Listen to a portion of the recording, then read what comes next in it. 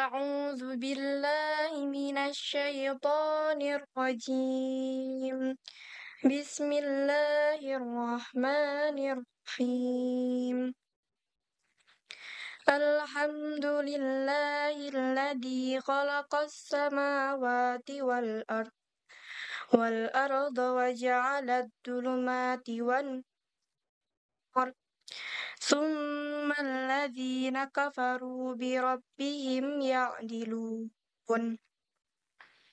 هو الذي خلقكم من طين ثم قضى أجلا وأجل مسمى عنده ثم أنتم تمترون.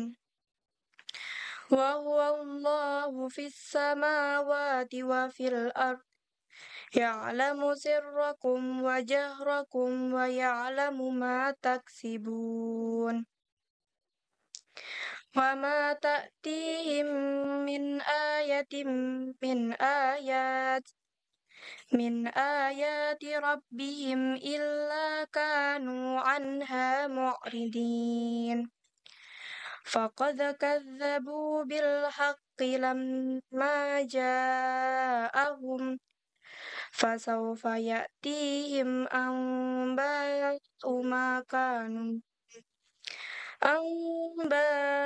ما كانوا به يستهزئون. صدق الله العظيم. Assalamualaikum warahmatullahi wabarakatuh.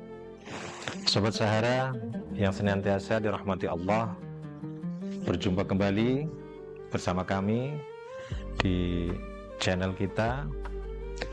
Sahabat Sahara, kita semua di zaman sekarang ini sudah sangat akrab, di mana sehari-hari kita bahkan sangat dekat. Bisa dikatakan kita tidak bisa meninggalkan dengan apa yang kita sebut sebagai gawai atau gadget, di mana perkembangan gadget terutama yang berbasis kecerdasan buatan pada zaman sekarang ini sangat pesat. Banyak hal dimudahkan dengan adanya perkembangan teknologi berupa kecerdasan buatan atau yang kita kenal dengan AI ini atau Artificial Intelligence. Kita bisa melihat agenda-agenda apa yang kita lakukan setiap hari yang berkaitan dengan pekerjaan. Mungkin banyak juga adik-adik kita yang masih belajar di madrasah yang banyak terbantu dengan adanya AI ini, dan masih banyak lagi aktivitas-aktivitas yang dimudahkan. Sahabat Sahara, perkembangan teknologi tentunya sangat didukung oleh agama Islam, di mana agama Islam sendiri senantiasa mendorong pemeluknya umat muslim untuk mengembangkan ilmu pengetahuan dan juga teknologi dalam rangka untuk mencapai kemakmuran dalam kehidupan manusia itu sendiri. Bahkan kita ketahui dalam Al-Quran, Allah Subhanahu wa Ta'ala memerintahkan kepada umatnya untuk senantiasa melakukan pembacaan, melakukan penelaahan pemikiran, perenungan yang mendalam terhadap ayat-ayat kauniyah ataupun alam semesta yang ada di sekitar kita ini. Hal ini tentunya menjadi salah satu motivasi bagi kita untuk menggunakan teknologi berupa AI ini dengan bijak. Kita sebagai umat muslim tentunya mempunyai panduan atau aturan-aturan tersendiri, di mana panduan-panduan, koridor-koridor ini tentu harus kita patuhi, kita perhatikan agar kita bisa mengoptimalkan, memaksimalkan dengan baik perkembangan teknologi AI ini. Selain beberapa manfaat dalam kehidupan kita, tentunya sudah kita ketahui bersama bahwa AI ini juga berpotensi mempunyai bahaya-bahaya atau dampak negatif dalam kehidupan kita. Kita mungkin sudah akrab dengan apa yang kita kenal dengan hoax, yaitu berupa berita-berita yang terkadang validitasnya itu sangat sulit untuk kita pertanggungjawabkan. Ya.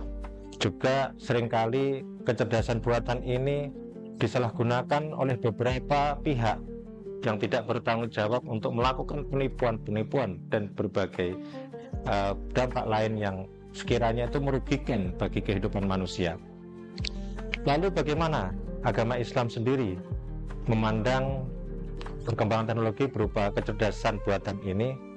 Bagaimana sikap kita sebagai seorang muslim di tengah-tengah gempuran perkembangan teknologi yang sedemikian pesat ini?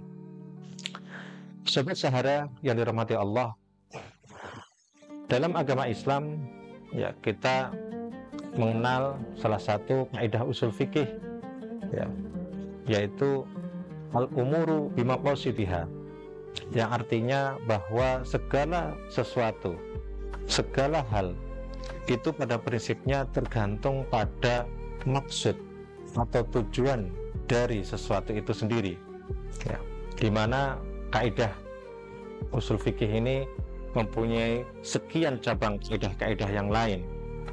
Salah satu mungkin yang biasa kita kenal yaitu terkait dengan hadis Nabi, innamal a'malu binniyat ya, bagaimana amal atau aktivitas seseorang itu sangat dipengaruhi oleh niat orang tersebut.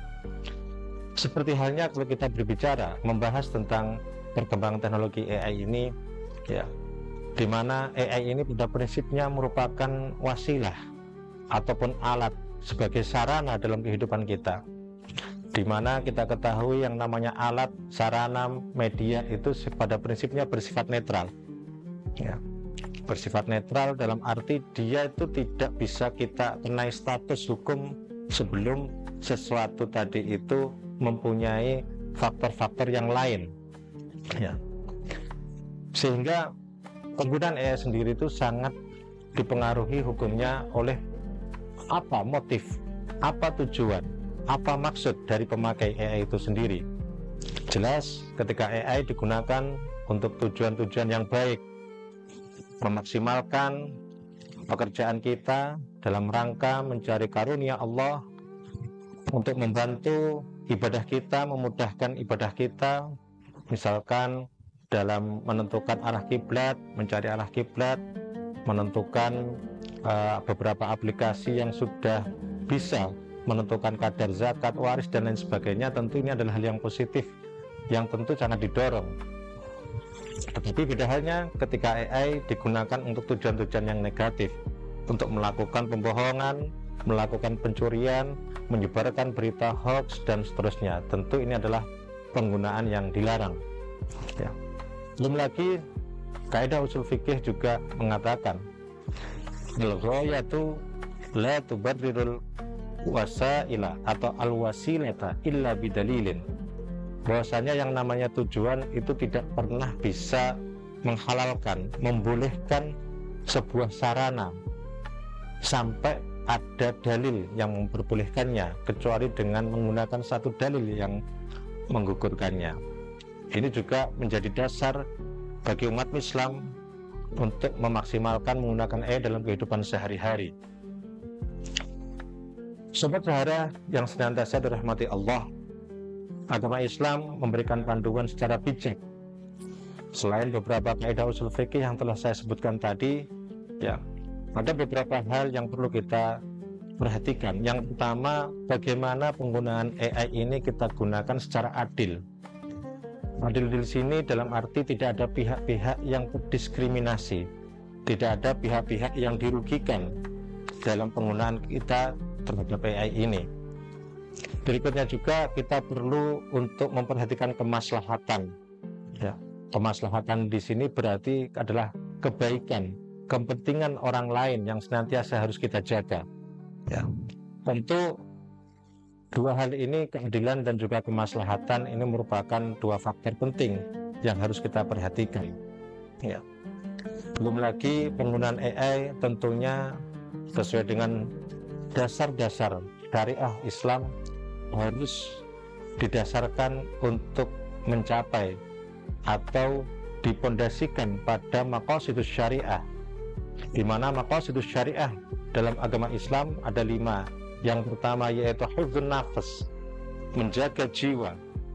Kenapa? Karena jiwa dalam agama Islam begitu berharga. Yang kedua yaitu hifdzul aql, menjaga akal. Jangan sampai dengan adanya AI ini ya justru merusak akal-akal sehat, merusak akal-akal generasi muda kita, yang tentunya pada saat sekarang ini sudah sangat dalam tanda-tanda yang sudah kritis.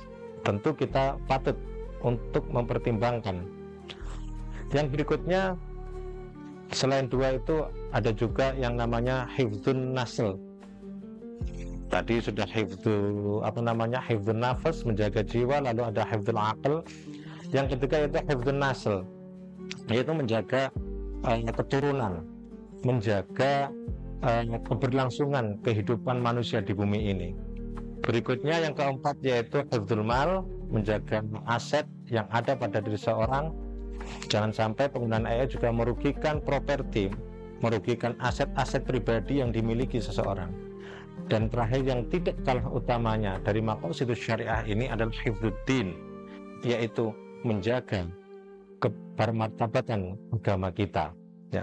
Jangan sampai kemudian seluruh gawai, seluruh gadget yang ada di sekeliling kita ini justru di kemudian hari mengendalikan kita, menjadi Tuhan kita, ya. Karena Allah sendiri telah memperingatkan dalam Al-Quran, afara'aita man ittakhadha ilahahu hawa, ya. Apakah kalian tahu seseorang yang menjadikan hawa nafsunya itu sebagai Tuhannya, di mana sudah menjadi pemandangan sehari-hari, ya. Banyak dari kita ini lebih dekat, bahkan mungkin ada juga yang sudah sampai pada taraf ketergantungan dengan gadget yang ada pada dirinya. Tentu kita sebagai seorang muslim patut untuk senantiasa ya memperhatikan beberapa hal yang telah kita sebutkan di awal tadi, bahwa bagaimana apa motif kita dalam menggunakan gadget, ya, menggunakan teknologi AI ini, apa landasan kita, apa alasan kita, ya. Terus kemudian pertimbangan keadilan, pertimbangan kemaslahatan, belum lagi pertimbangan maqasidus syariah tadi itu, yang tentu sekiranya pertimbangan-pertimbangan tadi itu kita pelajari, kita perhatikan dan juga kita terapkan, tentu kita akan berhasil secara bijak menggunakan kecerdasan buatan di era sekarang ini dengan bijak. Bahkan nanti dalam perkembangannya tidak tertutup kemungkinan umat Islam lah nanti yang akan memegang kendali artificial intelligence ini, dan kemudian itu menjadi harapan kita di kemudian hari. Sahabat Sahara yang dirahmati Allah, mungkin itu sedikit nasihat yang saya khususkan kepada saya pribadi terkait bagaimana sikap seorang muslim menghadapi kecerdasan buatan ini. Mudah-mudahan bermanfaat. Wallahul muwaffiq ila aqwamit thoriq. Wassalamualaikum warahmatullahi wabarakatuh.